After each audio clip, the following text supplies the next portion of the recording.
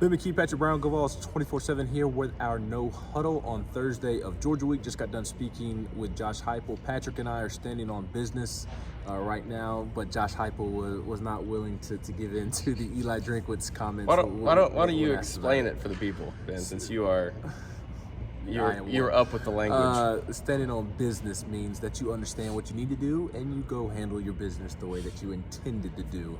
Eli Drinkwitz, obviously, it's hit social media now, had some comments for hype after the drive-by. A drive-by handshake, very interesting. I don't know that he looked him in the eye and then took off running, but Josh Heupel wasn't having any of it as expected when asked about it today. Yeah, he brushed it off. Apparently it's been a kind of ongoing thing with Missouri and Tennessee. Obviously, Tennessee's beaten Missouri pretty badly on the field before last week, and then Drinkwitz was poking fun at Tennessee, I think, going into the 2022 season about the NCAA stuff, about, oh, my record's going to get better because they're going to vacate wins.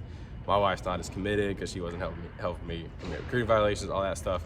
That probably preceded the running up the score stuff. That probably preceded what happened last week. But and anyway, Josh Heupel was asked about it today, and he kind of brushed it off. So he said he didn't even hear it, which makes sense because it was such a quick, in passing comment after the game. And then he said that they just moved on to Georgia. So yeah, that's that.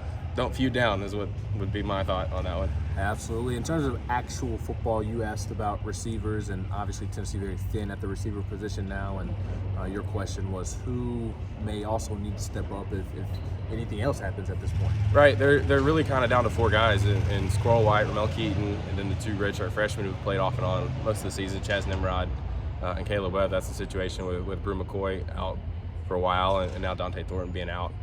They only traveled 7 guys to Missouri last week, and 2 of those were D. Williams, who was a defensive back about 6-7 weeks ago, and Jack Jancic, who's a walk-on. So I asked about Nathan Leacock. He's a freshman that was obviously pretty highly touted coming in. Heupel said he was a little banged up early in the season, kept him from getting some practice reps, but he's been maybe back in the flow in the middle of the season, has been kind of progressing. He did get on the field against UConn, and they could play him in these last 3 games and not lose his red shirt. I don't know that they will. That's obviously a big jump to go from basically redshirting to playing against Georgia, but certainly if they get another guy nicked up there. Chaz Nimrod can play in the slot. We should point that out in case anything happened to Squirrel. But they're getting pretty thin there with the last couple of games here. Yeah, and I think Jack Jancic might be the next guy in line, quite frankly, and he's not your typical walk-on. That should be pointed out as well. Speaking of young guys, Jordan Thomas is a young guy who's received a ton of snaps the last couple of weeks. And Josh Heupel did make the point that after getting banged up at Missouri, Tamarion McDonald has had a nice week of practice, so I kind of took that as T-Mac's going to be back. But Jordan Thomas looks to be in a nice spot if he's needed again. Yeah, and kind of listening to Brian Jean-Marie on Tuesday talk about pre-snap communication, it's hard not to think that they missed Tamarion McDonald in that situation because he's as much of a guy that's in between all 3 levels of the defense as anybody playing that star spot.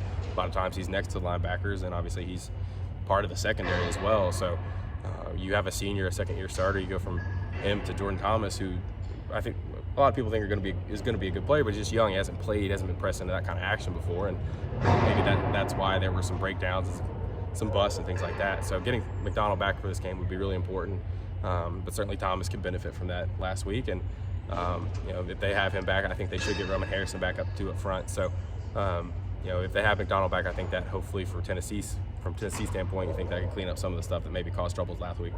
Yep, big game this weekend on Rocky Top. Tennessee's last ever SEC on CBS football game, at least for the foreseeable future. Who knows, maybe in 100 years they're back playing on CBS. He and I won't be around for that, but I guess you won't be either, but maybe it could happen again. We'll have plenty of coverage all week long. Recruiting coverage, big recruiting weekend for Tennessee. Tennessee basketball gearing up for Maui next week as well. I've got plenty of coverage, and Patrick's got matchup previews. We got all the coverage you need coming up at GoVols 24/7. He's Patrick Brown. I'm Ben McKee.